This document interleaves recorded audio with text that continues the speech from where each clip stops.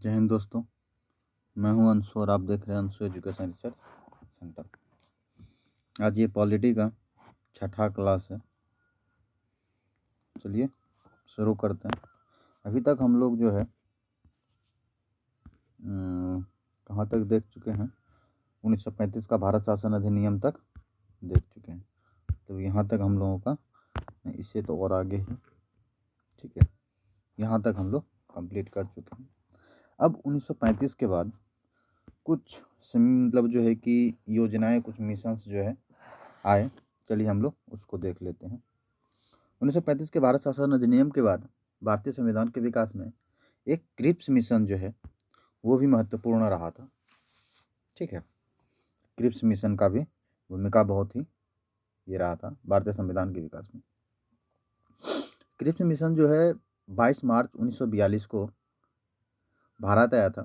ठीक है, ब्रिटिश सरकार के जो है नेतृत्व में जो है कि ब्रिटिश सरकार के द्वारा जो है सर सेफोर्ड क्रिप्ट, ठीक है, क्या नाम था उनका, सर, सॉरी यहाँ देख लेते हैं थोड़ा सा,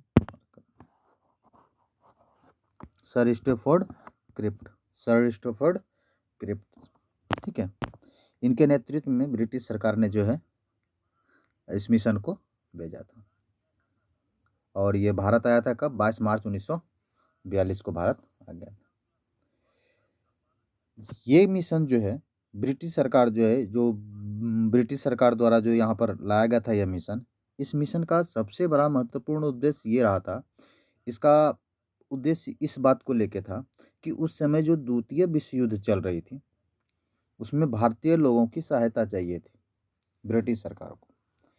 अब उसके सहायता के लिए, ठीक है, ब्रिटिश सरकार ने भारत की कई शर्तों को माना था। ठीक है, और बहुत सारे ऐसे प्रावधान दिए थे जिससे भारत का विकास हो। ठीक है, लेकिन उसका जो है इस बात को लेके ज़्यादा था कि भारतीय लोग जो है हमें जो है द्वितीय विश्व युद्ध में हमारा साथ दें, ठीक है, हमारा सहयोग दें, हमारा समर्थन करें। लेकिन ऐसा हुआ नहीं। ठीक है, इसका एक चीज़ और था कि सबसे बड़ा चीज़ इस मिशन, यह मिशन जो है हालांकि असफल मिशन रहा था। इस मिशन को असफल होने का सबसे बड़ा कारण था कि जो है ब्रिटिश सरकार द्वारा पाकिस्तान के निर्माण की जो बात है ना, वो अप्रत्यक्ष रूप से मान ली गई थी। देखिए ना, अप्रत्यक्ष रूप से मुस्लिम लीग जो पाकिस्तान की मांग कर रही थी उसके बात को अप्रत्यक्ष रूप से स्वीकार कर लिया था। अब यही मेन मुद्दा रह गया था इस मिशन को भी फेल होने का। अब जब उसने क्या किया, पाकिस्तान निर्माण का जो बात जो है स्वीकार लिया था वो भी अप्रत्यक्ष रूप से। अब तो कांग्रेस इस बात को मान नहीं रही थी, पाकिस्तान बने कांग्रेस तो चाह नहीं रही थी, क्योंकि कांग्रेस अखंड भारत को चाह रही थी कि भाई अखंड भारत बने। लेकिन मुस्लिम लीग क्या चाह रहा था कि पाकिस्तान बने। अब जो ब्रिटिश सरकार है वो क्या किया, अप्रत्यक्ष रूप से पाकिस्तान निर्माण की बात कर ली। अब कांग्रेस इसका विरोध कर दिया कि पाकिस्तान नहीं बनेगा। तो फिर पाकिस्तान जो मुस्लिम लीग था वो क्यों छोड़ा, उसने इसलिए छोड़ा क्योंकि पाकिस्तान निर्माण की जो बात है, पाकिस्तान के गठन की जो बात है, वो प्रत्यक्ष और क्लियर नहीं था। कहने का मतलब अभी हम इसका समर्थन कर दें, हम अभी द्वितीय विश्व युद्ध में इसका साथ दे दें, ठीक है, लेकिन पाकिस्तान निर्माण की भी कोई गारंटी नहीं थी। इसी वजह से पाकिस्तान ने भी इस मिशन को क्या किया था, अवॉइड किया था, ज़्यादा ये नहीं दिया था। ठीक है, तो इस मिशन के तहत क्या हो गया, यह मिशन तो असफल रहा था। ठीक है, कारण था क्या, पाकिस्तान के निर्माण की बात। ठीक है, गांधी जी ने इसे जो है दिवालिया बैंक का चेक जो है एक नाम से जो है इसको नामित किया था कि भाई ये जो क्रिप्स मिशन है ना, ये दिवालिया बैंक के एक चेक की तरह है। अब ऐसा उन्होंने क्यों कहा था, उन्होंने इसलिए कहा, देखिए इसमें बहुत सारी चीज़ें हुई थी जिसमें कुछ महत्वपूर्ण चीज़ें ये है कि ब्रिटिश सरकार जो है, ब्रिटिश सरकार यहाँ जो है पूर्ण औपनिवेशिक चीज़ों पर फोकस कर रही थी। ब्रिटिश सरकार जो है क्या कर रही थी, पूर्ण औपनिवेशिक स्वराज्य का स्थापना कर रही थी। साथ ही साथ इसने एक चीज़ और किया, इसने शर्त रखा कि भाई अभी अगर साथ देते हैं तो भारत में संविधान निर्माण के लिए, ठीक है, संविधान सभा का गठन हो जाएगा। किसका गठन हो जाएगा? संविधान सभा का गठन हो जाएगा कि भाई संविधान सभा के जरिए आप संविधान बना लीजिए, लेकिन उसके लिए अभी साथ देना होगा। उसी तरह द्वितीय विश्व युद्ध की समाप्ति के बाद भारत में जो है संविधान निर्माण के लिए संविधान सभा के गठन की बात को उन्होंने क्या किया था, मान लिया था, और कहा था कि जो प्रांतीय रियासत, ठीक है, और यह जो देसी रियासत और जो ब्रिटिश प्रांत है, प्रांतीय रियासत नहीं, ब्रिटिश प्रांत है और देसी रियासत, ठीक है, इन दोनों के जो सदस्य होंगे दोनों शामिल होंगे किसमें? संविधान सभा में, जो संविधान बनेगी। अब संविधान सभा के गठन के बाद जो संविधान बनेगी उसमें भी प्रावधान, उसमें भी उन्होंने शर्त रख दिया था। क्या शर्त रख दिया था? कि भाई संविधान सभा का तो गठन होगा, आप संविधान का निर्माण करेंगे, लेकिन जब तक आप संविधान निर्माण नहीं होता है तब तक जो है 1935 भारत शासन अधिनियम के तहत ब्रिटिश सरकार का ही कानून क्या होगा, लागू होगा। अर्थात ब्रिटिश सरकार की ही जो संविधानिक जो आया था संवैधानिक प्रस्ताव उसी के हिसाब से चलेगा, जो शासन अधिनियम आया था उसी के हिसाब से चलेगा। साथ ही साथ उन्होंने यह भी कह दिया कि आप जो नया संविधान बनाओगे, आप जो नए संविधान का निर्माण करोगे, अगर वह संविधान ब्रिटिश प्रांत या देसी रियासत को पसंद नहीं आता है, बात समझ रहे हैं, किसको पसंद नहीं आता है? ब्रिटिश प्रांत और देसी रियासत को। अगर ये चीज़ें जो है कि पसंद नहीं आती, अगर वो इसका विरोध कर देते हैं, तो ऐसी स्थिति में ब्रिटिश सरकार का जो संविधान है वही लागू रहेगा, ठीक है। और साथ ही साथ इन्होंने कहा था कि जो ब्रिटिश सरकार संविधान सभा जो गठन होगा, उस संविधान सभा के मध्य एक संधि होगी, ठीक है, जिसमें ये तय होगा कि जब तक संविधान का निर्माण नहीं हो जाता है तब तक ब्रिटिश सरकार की उत्तरदायित्व होगी कि वो सुरक्षा व्यवस्था को देखे। यानी कि भारत की जो सुरक्षा है वो ब्रिटिश सत्ता के हाथ, अर्थात ब्रिटिश सरकार के हाथ में ही रहेगी। इस चीज़ का क्या होगा? संधि होगा किसके किसके बीच? ब्रिटिश सरकार और संविधान सभा के बीच। समझ गए इस बात को? क्या था इसमें प्रावधान कि आप संविधान बनाइए, अगर संविधान पसंद नहीं आता है किसको?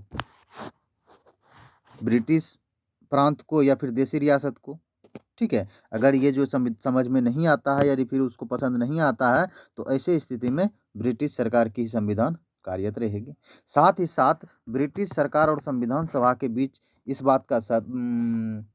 बात को लेकर संधि होगी कि जो है कि भारत की जो सुरक्षा का उत्तरदायित्व है, भारत रक्षा का उत्तरदायित्व वो ब्रिटिश सरकार के हाथ में रहेगा। अब कहने का मतलब भारत का सत्ता अभी भी किसके हाथ में रहेगा? ब्रिटिश सरकार के हाथ में। लेकिन वो संविधान बनाने का हक दे दिया, संविधान सभा के गठन का भी बात कर लिया कि भैया संविधान सभा का गठन होगा, आप संविधान निर्माण कीजिए। लेकिन कारण क्या? पसंद होगा तो ठीक, नहीं पसंद होगा तो मेरा कानून चलेगा। ब्रिटिश सरकार ये कह रही थी। साथ ही साथ यह भी कह रही थी कि राज्य में जो है, अर्थात देश में जो है, सुरक्षा का जो जिम्मा होगा वो ब्रिटिश सरकार के हाथ में ही होगा। यही कारण गांधी जी ने इसे क्या कहा था? दिवालिया बैंक का चेक कहा था। यानी कि एक ऐसा बैंक जिसका दिवालिया हो गया है, उसका चेक जो है ब्रिटिश सरकार हमें दे रही है, जो बाद में भंजे या ना भंजे वाली कहानी थी। चीज़ें समझ में आ गई? उम्मीद करते हैं समझ में आ गया होगा, ठीक है। चलिए आगे बढ़ते हैं। अब ये चीज़ें तो यहाँ तक हो गई।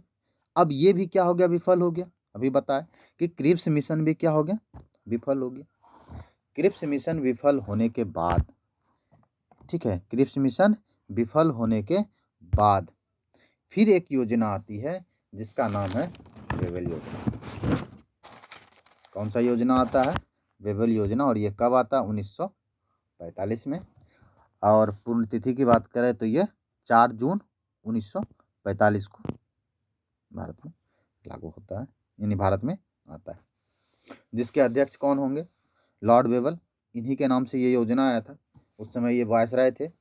और इसमें इसका भी देखिए, ये भी ब्रिटिश सरकार अपने मतलब के लिए, अपने लाभ के लिए, उस समय उनको भी मान के चलिए कुछ समर्थन चाहिए था, सहायता चाहिए था, ठीक है?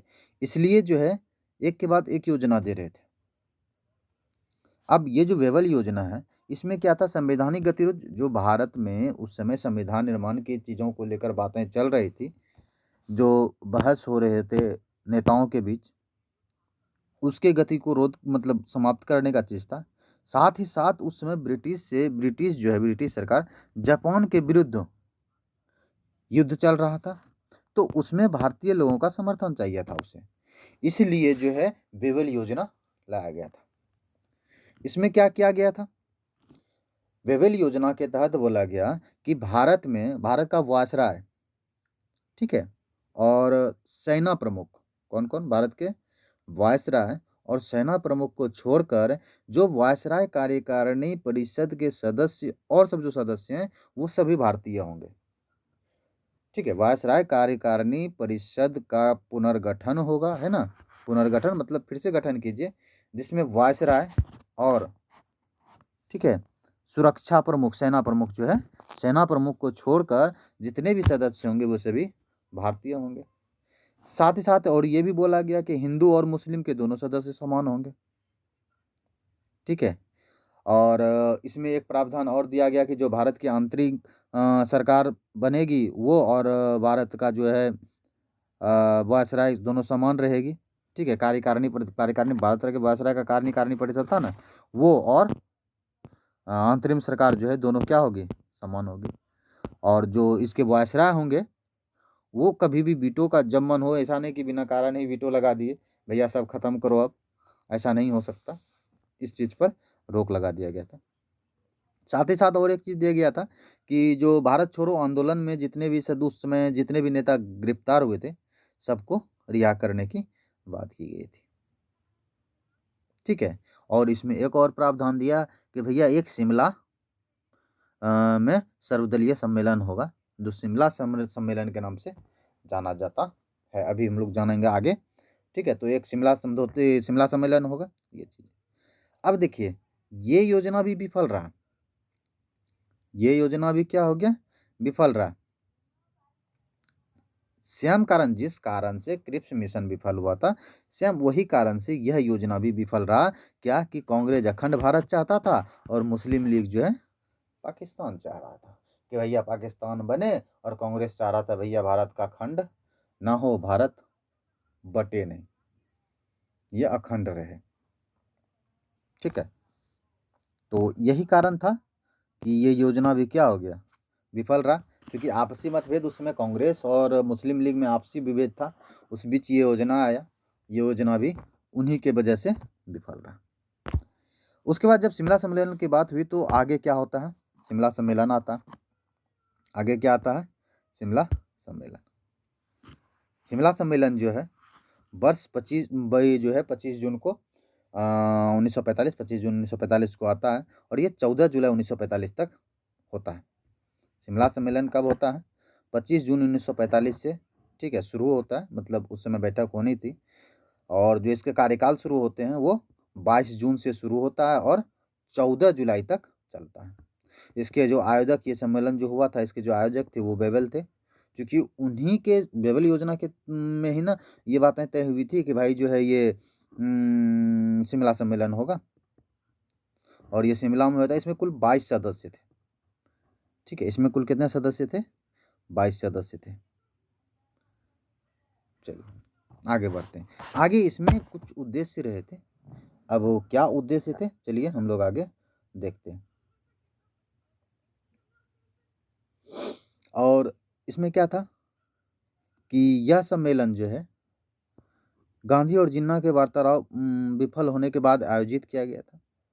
उनमें दोनों में बात हुई थी, और गांधी जी बोल रहे थे भाई ये भारत का जो है अखंड रहने दो, खंड ना करो, लेकिन जिन्ना अपने पाकिस्तान की बात को लेके अधिक था। इन दोनों की बात का जो है मतलब जो है कोई निष्कर्ष नहीं निकला, ठीक है। उसके बाद ही ये सम्मेलन किया गया था। उसके बाद इस सम्मेलन में कांग्रेस की तरफ से अब्दुल कलाम आज़ाद ने प्रतिनिधित्व किया था, ठीक है। और इसमें देश विभाजन का मुद्दा अहम था। वेवेल ने अंतरिम सरकार बनाने का आदेश दिया। इसमें भारत, ठीक है, इसमें भारत स्वतंत्रता की गारंटी नहीं थी। देखिए कुछ चीज़ें हैं, उनको समझिए। सबसे अहम मुद्दा रहा था इसमें भी भारत विभाजन का ही, कि वही अभी हम बोले ना कि जिन्ना चाह रहा था पाकिस्तान बने, गांधी जी चाह रहे थे भारत अखंड रहे, भारत का खंड ना हो। अगर इतना बात मान भी लेते हैं तो इस सम्मेलन में यह बात स्पष्ट नहीं हो रही थी